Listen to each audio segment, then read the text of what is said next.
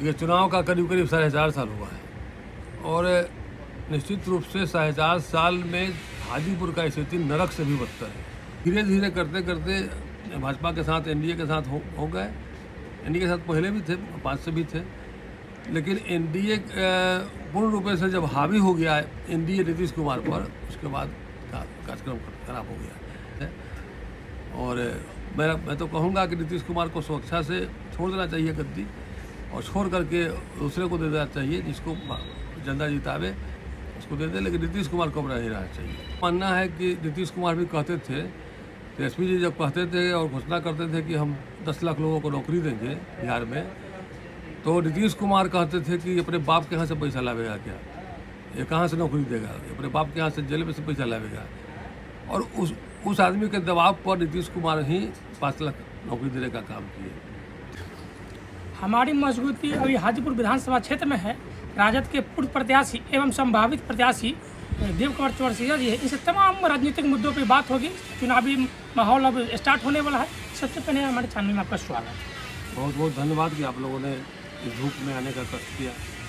हाजीपुर अक्सर कहा जाता है कि बीजेपी का कब्जा हो रहा है और कब्जा होने के वजह यहाँ के केंद्रीय मंत्री जो है उनका हर नेता या जो इनके चाहने वाले उनका आशीर्वाद रहता है, इसी के वजह से कब्जा माना जाता है। इसके बारे में आप देखिए, आप लोग भी गलत बयानी कर रहे हैं।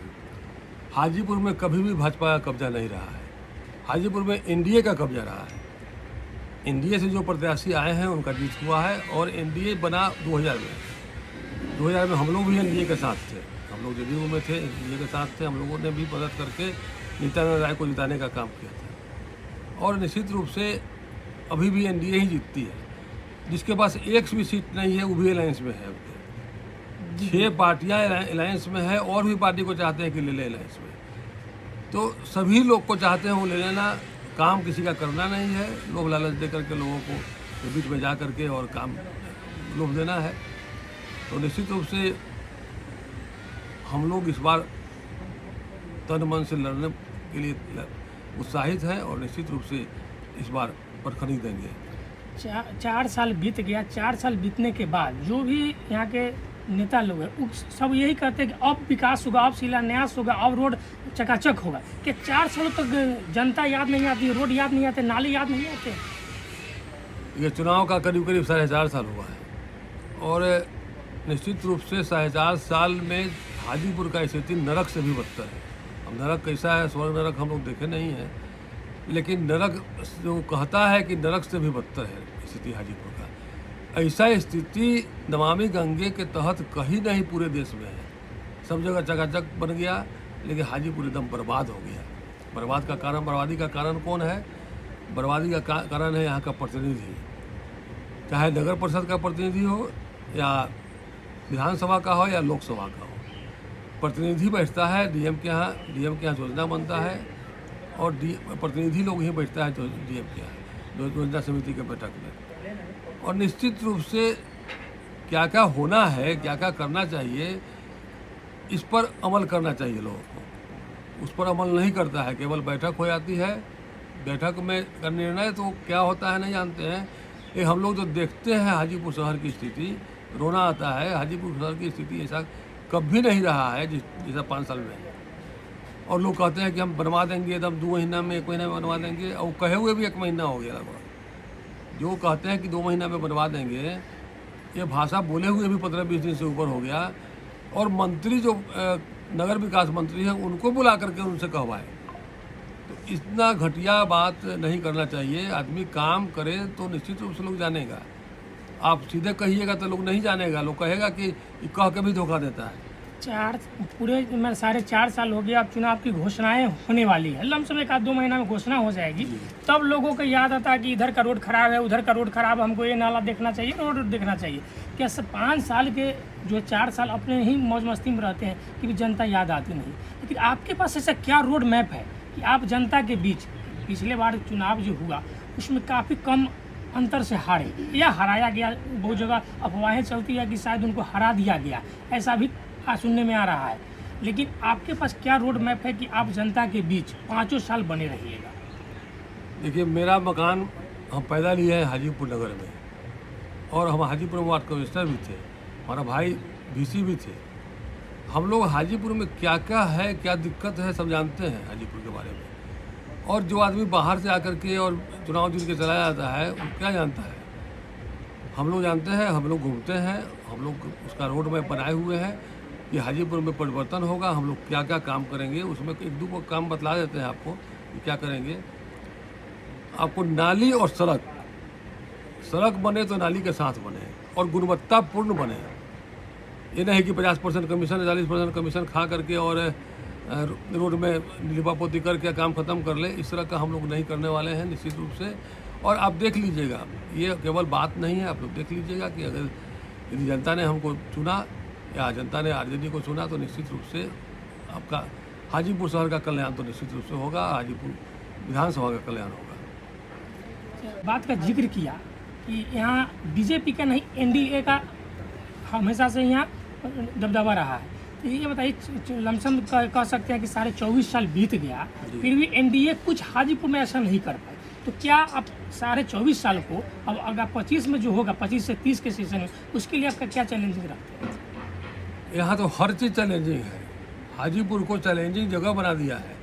कोई काम आप बतला दीजिए, जाकर के घूम लीजिए। आप आए हैं बाहर से, आप हाजीपुर के इलाका में घूम लीजिए। अगर एक काम आपको सही लगे तो कहिए कि हाँ ये काम सही कर रहा है। एक काम सही नहीं है। केवल भाषण कर लेने से और केवल अखबार में नाम संभाल लेने से, अच्छा कपड़ा पहन लेने से अच्छा नेता नहीं हो जाएगा।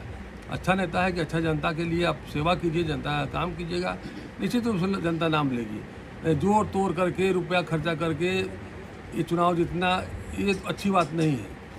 आप जोड़ तोड़ मत कीजिए, आप सीधा चुनाव लड़िए जैसे हम लोग लड़ते हैं। निश्चित रूप से आपको जनता बतला देने का काम करेगी। सर, हर चुनाव में जाति समीकरण बहुत बड़ा फैक्टर रहता है। क्या हाजीपुर में इसका भी वजह होता है कि हार जीत पे असर पड़ रहा है? देखिए, हाजीपुर में जातीय फैक्टर नहीं है। हाजीपुर में जिस जाति के अभी विधायक हैं और जिस जाति में हम हैं, दोनों आदमी का वोट नगन है, बहुत वोट नहीं है। लेकिन अब मन में बेईमानी हो हमको, कि हमको बेईमानी कर लेना है, तो उसके हिसाब से प्लान करेंगे। बेईमानी से काम नहीं करना है, ईमानदारी पूर्वक काम करना है, उसके हिसाब से प्लान करेंगे। तो निश्चित रूप से आपको ईमानदारी पूर्वक काम, समाज, अब नौकरी पैसा कमाना है तो बिजनेस कर लीजिए ना। पैसा कमाने के लिए बिजनेस कर लीजिए। पैसा कमाने के लिए क्यों हम लोग ठगी का काम करेंगे और लोगों को ठगने का काम करेंगे? आप हाजीपुर में सेवा करने के लिए आप विधायक बनते हैं तो निश्चित रूप से सेवा कीजिए। MP बनते हैं तो सेवा कीजिए निश्चित रूप से। हाजीपुर को बर्बाद होने नहीं दीजिए। जो बर्बाद हो चुका है उसको आबाद करने की कोशिश कीजिए। सर, कहीं ना कहीं जो अफवाहें आ रही है कि पिछले चुनाव में आपके साथ जो वोटों का गिनती है उसमें इधर उधर किया गया, इसका भी डर अच्छा लगता है? देखिए, हाजीपुर ही नहीं, पूरे बिहार में पोस्टल बैलेट नियम है कि पोस्टल बैलेट सुबह में गिराया जाता है। बिल्कुल पहले गिनती होता है। बैलेट ये गिनने के पहले, EVM गिनने के पहले होता है। लेकिन पिछले बार 2020 में हुआ क्या है कि शाम में गिनती किया है। शाम में गिनती किया है तो अब मेरा तो आरोप है कि 400 का ही गिनती किया मेरे पोस्टल बैलेट का, 5000 छाड़ दिया। तो जो शिक्षक या जो कर्मचारी अपने वोट देता है वो गलत हो गया, जो दूसरे का वोट लेकर के आपके यहाँ भेजता है वो सही हो गया। ऐसा नहीं होता है। अब जानबूझ करके उन्होंने लोगों को हराने का काम किया कि सरकार तेजस्वी यादव का नहीं बने। ये प्लान था। उसमें गृह राज्य मंत्री भी थे और मुख्यमंत्री भी थे साजिश में। सर, खासकर यहाँ बताया जाए कि जब से नीतीश का राज अफसरशाही बढ़ गया, अफसर किसी का सुनता नहीं है, वो कई बार वो अपने आप को भी जिक्र करता है कि मेरा कोई सुनता ही नहीं है। तो इस पर क्या? देखिए, नीतीश के राज में कहना ज़्यादा होगा। नीतीश कुमार के राज में 2010-12 तक अफसरशाही नहीं थी। जो सामाजिक कार्यकर्ता था, हम लोग थे, चाहे कोई भी कार्यकर्ता था, आता था, काम होता था। मतलब जब से BJP के साथ हुए हैं तब से अफसरशाही बढ़ गया है। लेकिन धीरे धीरे करते करते भाजपा के साथ NDA के साथ हो गए। NDA के साथ पहले भी थे, 5 से भी थे। लेकिन NDA पूर्ण रूप से जब हावी हो गया NDA नीतीश कुमार पर, उसके बाद कार्यक्रम खराब हो गया। उसके बाद उनका सही ढंग से नहीं चला, और निश्चित रूप से नहीं चला तो खामियाजा बिहार की जनता भुगत रही है। और मैं तो कहूँगा कि नीतीश कुमार को सुरक्षा से छोड़ देना चाहिए गद्दी, और छोड़ करके दूसरे को दे देना चाहिए, जिसको जनता जितावे उसको दे दे, लेकिन नीतीश कुमार को नहीं रहना चाहिए। तमाम जो अभी नए नए पार्टियां बन रही है वो गुना भाग करके बताती है कि तेजस्वी यादव कहते हैं कि हम 2500 रुपये माई बहन योजना के तहत देंगे, लेकिन ऐसा कभी कभी परिस्थिति आता है कि जो हमारे कर्मचारी हैं उनको वेतन देने तक के पैसा नहीं रहता है। आखिर वो देंगे कहाँ से? बिना वो लोग जोर घटाओ के ही बोलते हैं तेजस्वी यादव, कहते हैं नया नया जो पार्टी उभर रही है वो लोग कर रही है। अब वो लोग जो बोल रहे हैं वो जो घटाव कर लिए होंगे, लेकिन मेरा मानना है कि नीतीश कुमार भी कहते थे, तेजस्वी जी जब कहते थे और घोषणा करते थे कि हम 10 लाख लोगों को नौकरी देंगे बिहार में, तो नीतीश कुमार कहते थे कि अपने बाप के यहाँ से पैसा लावेगा क्या, ये कहाँ से नौकरी देगा, अपने बाप के यहाँ से जेल में से पैसा लावेगा। और उस आदमी के दबाव पर नीतीश कुमार ही 5 लाख नौकरी देने का काम किए। तेजस्वी यादव यदि दबाव नहीं देते तो किसी के पद पर नौकरी नहीं मिलता। तो मेरा मानना है कि पैसा का तो उपाय हो जाएगा। पैसा को तो अपने घर से नहीं लगाता है, पैसा सरकार का पैसा है, हर विभाग का अलग अलग फंडिंग है।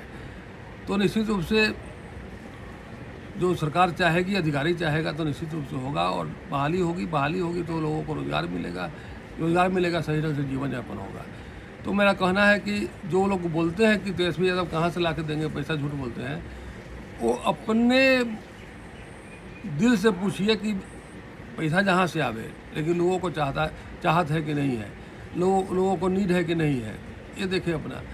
लोगों को नीड है तो कहीं ना कहीं से पूरा कीजिए, आप कहीं करौदी कीजिए, कहीं पूरा कीजिए। यही बात पहले भी कहा जाता था कि 10 लाख रोजगार नौकरियां मिलेगी तो वेतन कहाँ से मिलेगा। उन्होंने 17 महीने के कार्यकाल में जो किया, वही नौकरी फिर दोबारा भी हो रहा है, उसके बाद भी हो रहा है, सबके वेतन भी मिल रहा है। तो जो योजना है उसके तहत भी जो सरकार के नियम कानून से जो पैसा आएगा मिलेगा। हम अभी हाजीपुर में मौजूद थे देव कुमार चौरसिया जी के यहाँ। आपका हाजीपुर के लेकर क्या प्रतिक्रिया, अपनी प्रतिक्रिया कमेंट बॉक्स में जरूर दीजिएगा। धन्यवाद।